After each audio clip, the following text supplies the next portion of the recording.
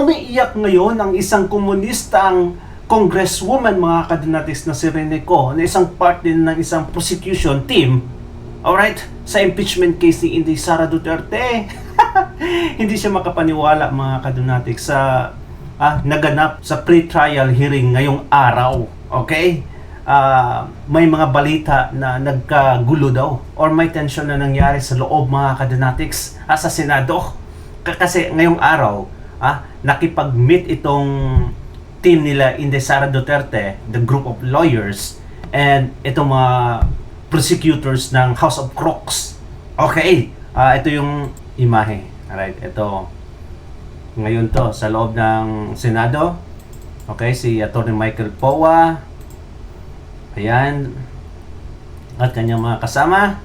Ito yung parang presiding officers, mga attorney, mga kadunatis ngayong araw. And then, ito yung kabuuan. Okay, dito yung mga Team Crocs at dito naman yung Team Dolphin, mga kadunatics. Right, nasa 16 or 14 na lawyers ang komposisyon sa team ni Inday Sara Duterte. At ito naman yung mga crocodile lawyers dito. Napag-alaman natin na ito si Attorney Michael Powa pala, according kay Sas Rogando Sasot 6 minutes, I was told by former classmates of Attorney Michael Powa na law student pa lang ito sa UP.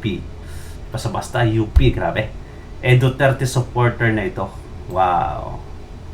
Maganda yung pick up, mga kadunatis. Magaling kasi itong si Attorney Michael Powa at proficient at fluent pa talaga, mga kadunatics, sa kanyang argumento. Magaling. So, panoorin lang natin ng mabilisan yung video, mga kadunatics, ni pag-iyak ni komunistang Rene Co. Ayan, ito. So kung tunog lata na ang pre-trial brief, what more can we expect during the trial proper? No? Tama nga po yung nakalagay, no, na it's just mere denials at ang basis for the summoning of witnesses or even presenting documentary evidence is a general to rebut the allegations in the articles of impeachment. Wala pong pagdedetalye kung bakit po ini-introduce yung evidence na to, kung bakit ini-introduce yung witness na to. Kung ako po, possibly judge or even law school professor, no, i-check ko yan, no, i-correct ko yung ganong klaseng format. So Bakit? Yung bang proseso ng pagkuha ng ebidensya laban kay Inday Sara Duterte? Sinunod nyo ba? Nako, mga kadunatics, pag sila mag-bend the law, okay lang. Pag sa party naman kay Inday Sara Duterte, kahit tama yung pamamaraan, bend the law para sa kanila. Grabe talaga, mga kadunatics. Di ba?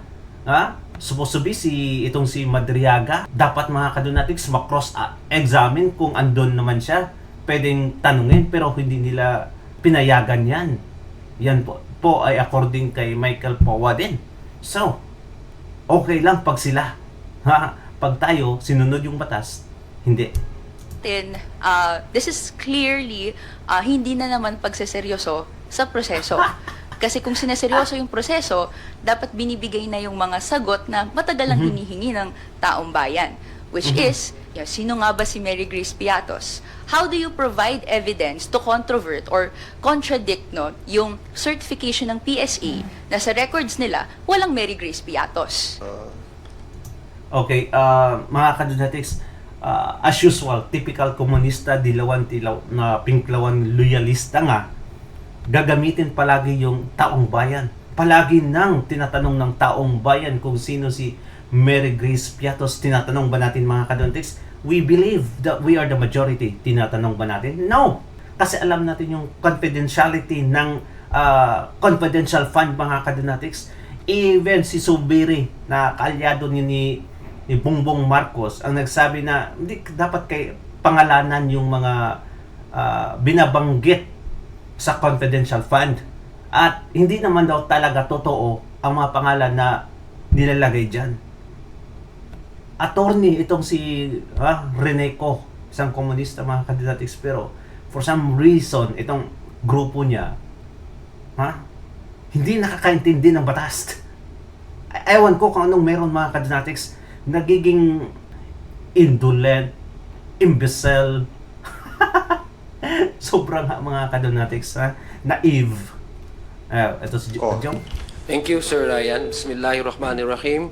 Assalamualaikum warahmatullahi ta'ala wa barakatuh. First of all, we would like on behalf Sa mga kapatiran nating Muslim dyan, talaga bang nire-representa ni Adyong ang kamusliman? Ha?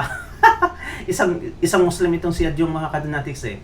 What do you think? If you are listening to me, or if you are watching to me, please comment down below kung ano yung take ng kamusliman kay Adyong. Kasi sobrang paepal to eh. Sobrang paepal talaga mga kadonatics.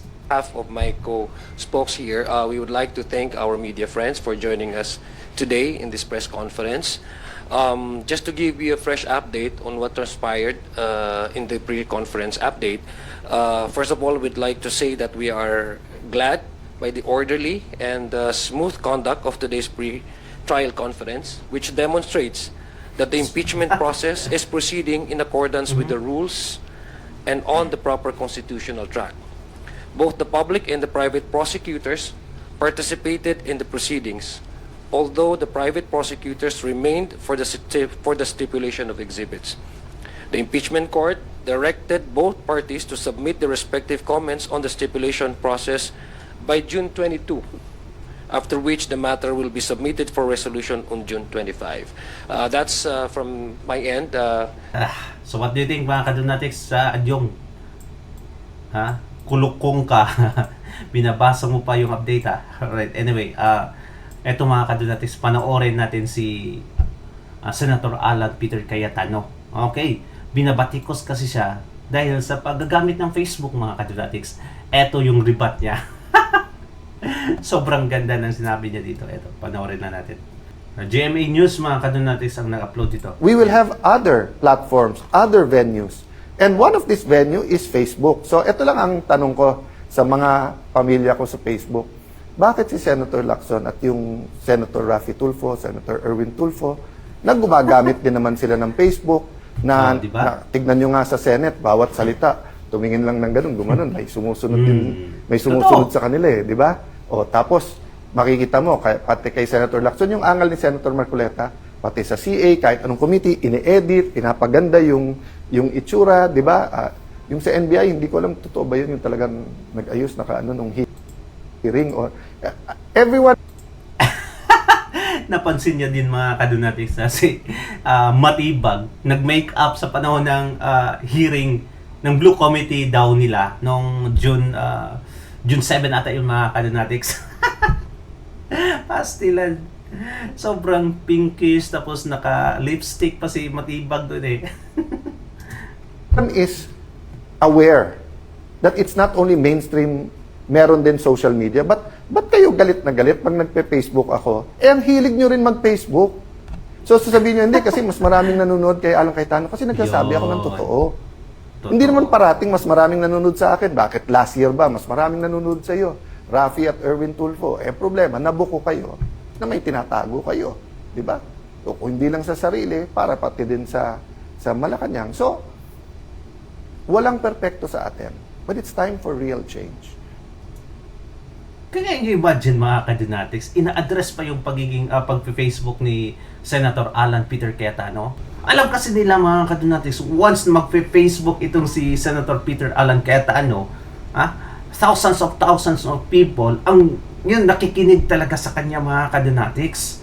Kakaiba, i-compare mo sa kanila na natitrigger sila na nako, pag kahit ano yung sinasabi ni Alan Cayetano dito, maniniwala itong mga taong ito. Natitrigger sila sa ganun mga kadonatics. Ayaw nilang magsabi ng totoo si Senator Alan Cayetano in front of so many people watching. Thousands mga kadonatics. Yun talaga, di ba? Okay naman sila noon, walang problema. Pero nung naging senador mga kadonatics, pera na lang kay Erwin Tulfo na bilang congressman mga kadonatics, we hated him already.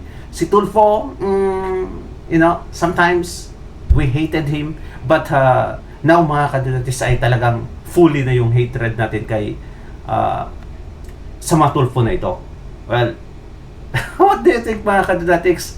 Suyang-suya talaga sila. Sabi nga, deadly, one of the deadly sins yung envious mga kadonatics.